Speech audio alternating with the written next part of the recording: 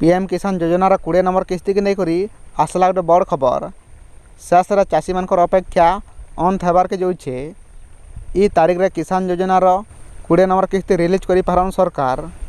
आज आम सब डिटेल जानमा केबे टंका मिलवा और केन केन चाषी मैंने 20 नंबर किस्ती बाद पड़े।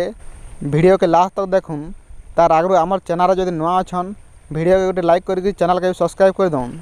देशर कोटी कोटी चाषी पीएम किसान योजनार 20 नंबर किस्ती के अपेक्षा कर रहीचन।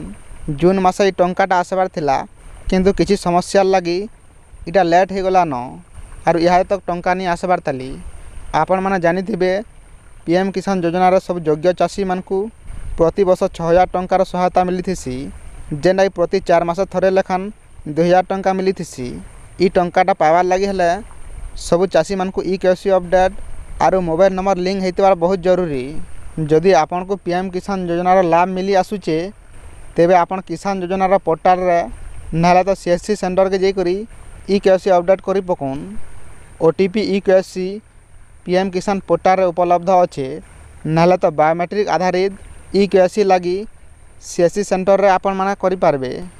आजर जेनटा कि नुआ अपडेट हिसाब से पीएम किसान योजनार 20 नंबर किस्ती ई जुलाई मास 3 नंबर सप्ताह नाले तो 4 नंबर सप्ताह भितर आसी पारे।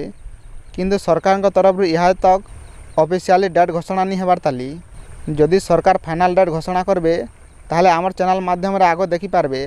सेतिले आमर चैनल के गोटे सब्सक्राइब करी पाखे बेल आइकन के दबाई दौन।